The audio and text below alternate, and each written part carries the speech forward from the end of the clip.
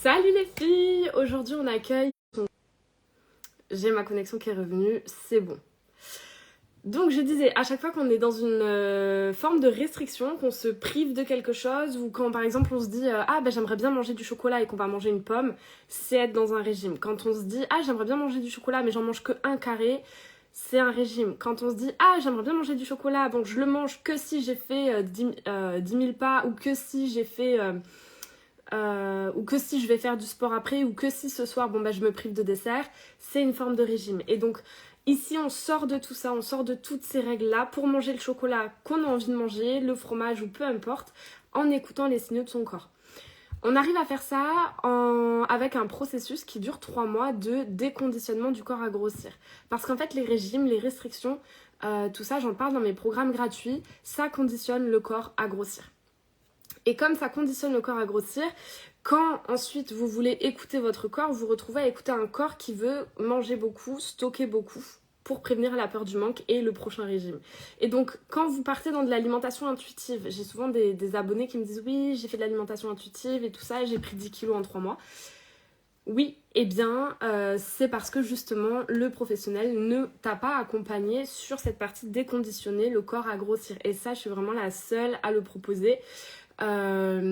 Ici avec ce processus pour revenir à l'autorégulation naturelle de ton poids.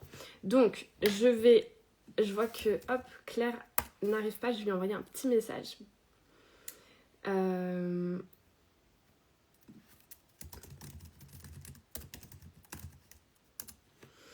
Et du coup l'autorégulation, c'est l'autorégulation naturelle du poids. Aussi on me demande mais qu'est-ce que c'est concrètement?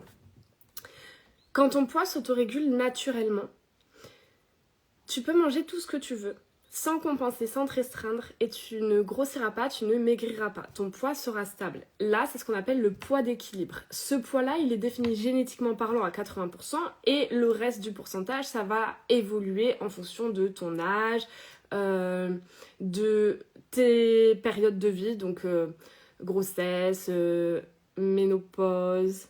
Alors attendez, elle va arriver.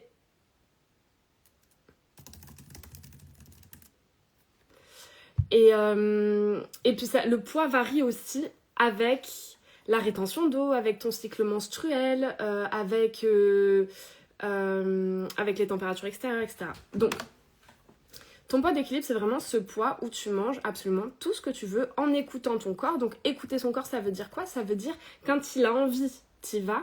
Quand il n'a pas envie, tu n'y vas pas.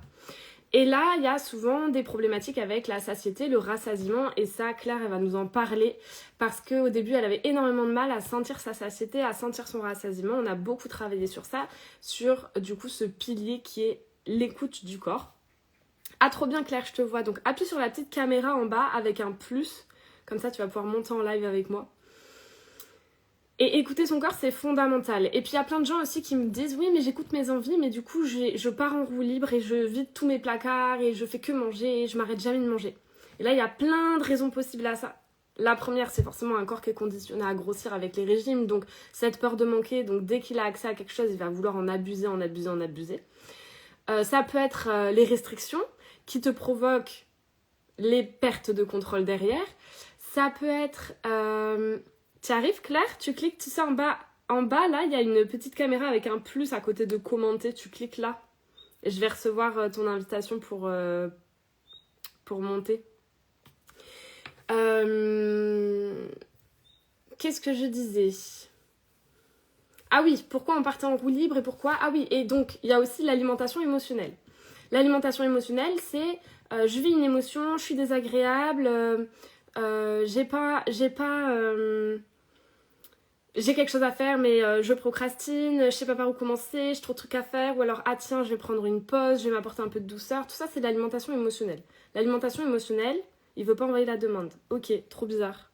Est-ce que tu peux sortir du live et revenir voir si ça fonctionne? L'alimentation émotionnelle, c'est une méthode de régulation des émotions qui est totalement saine et normale. Ça devient anormal quand vous mangez systématiquement vos émotions ou que vous mangez pour fuir, pour éviter de vivre ce que vous êtes en train de vivre, de ressentir ce que vous êtes en train de ressentir.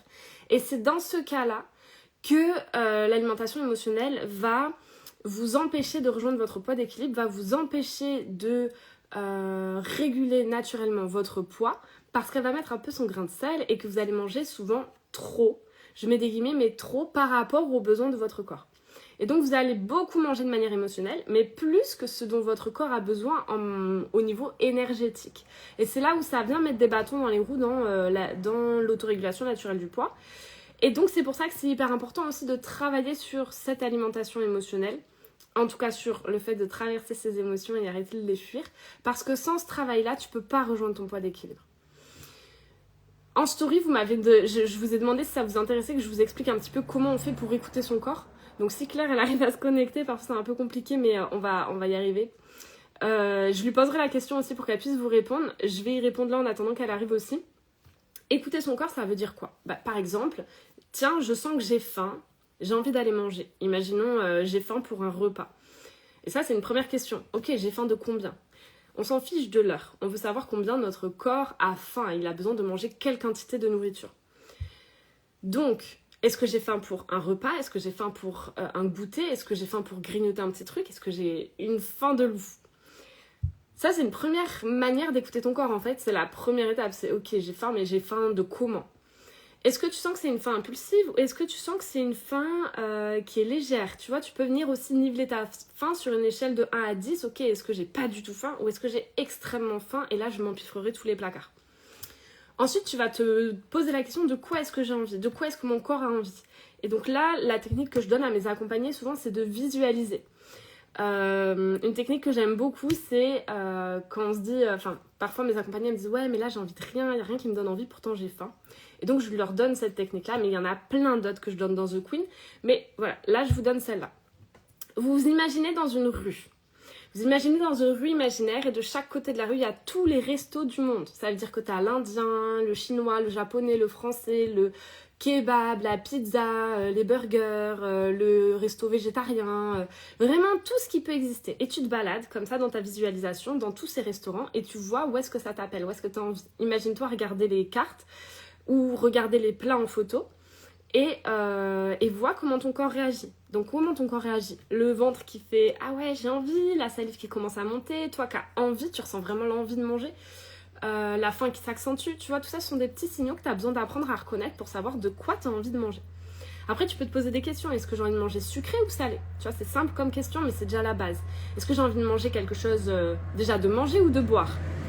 Est-ce que j'ai envie de manger quelque chose de piquant, de doux, de léger, de gras, est-ce que j'ai envie de manger quelque chose de assez mousseux ou quelque chose vraiment à croquer ? Est-ce que j'ai envie de mâcher ou est-ce que j'ai plutôt envie d'une glace, enfin texture glace ? Vous voyez, c'est plein de questions, un petit yaourt, plein de questions comme ça que vous pouvez vous poser sur les textures. Donc les goûts, les textures, et sentez comment votre corps réagit, visualisez-vous. C'est vraiment la visualisation qui va vous aider. Et après, il y a toute la partie, ok, c'est bon, je sais combien je veux manger, je sais qu'est-ce que je veux manger, vas-y, je mange. Et là, toute l'écoute du corps doit continuer avec l'écoute du coup des envies, toujours. Est-ce que j'ai toujours envie de manger ça ? Est-ce que ça me donne toujours envie de continuer de manger ce plat-là ? Est-ce que j'ai envie de changer de plat ? Tu vois aussi, quand tu te poses la question, qu'est-ce que j'ai envie de manger ? Est-ce que j'ai envie de manger chaud, tiède, froid, glacé, brûlant ? C'est vraiment... aller à l'exploration de qu'est-ce qui se passe à l'intérieur. Et il faut que les réponses, elles viennent du corps. Il faut que tu sentes que ça vient de ta bouche, de ton ventre, de là. Pas des règles alimentaires de « Ah non, mais c'est pas l'heure de manger une soupe. Ah non, mais j'ai déjà mangé sucré ce matin, je vais pas manger sucré maintenant. » Non, tout ça, t'oublies, tu te connectes au corps. Et pendant ton repas, le but, c'est vraiment d'aller écouter... Est-ce que j'ai toujours envie de ça ? Est-ce que j'ai envie d'autre chose ? Donc là, on vient parler de rassasiement. Est-ce que j'ai encore faim ? Ou est-ce que je n'ai plus faim ? Ça, c'est plutôt la satiété. Et aller chercher les petits signaux qui vont te dire « Là, c'est fini ». Et ton corps sait te dire « Stop ».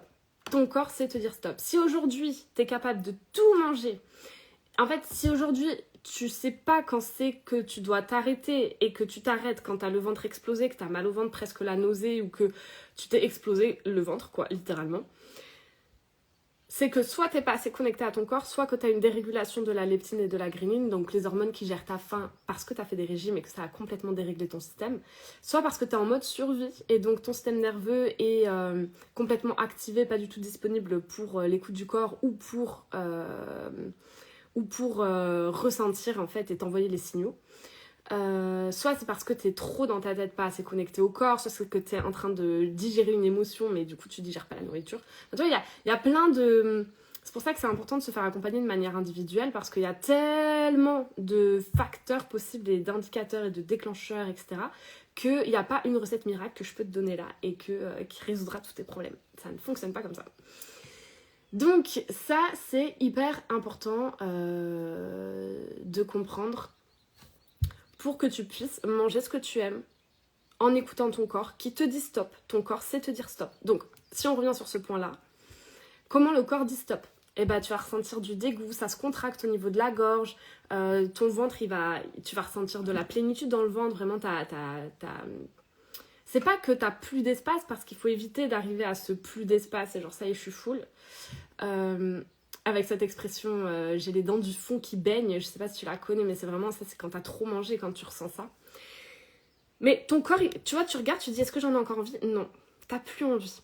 Et si ça, tu le ressens pas, c'est que ton corps est sûrement conditionné à grossir. Donc là, il y a besoin de faire le processus de rééducation pour déconditionner ton corps à grossir. Et si tu veux en savoir plus sur ce processus, tu m'écris un message dans mes DM et je t'enverrai une petite vidéo où je t'explique vraiment tout ça en détail.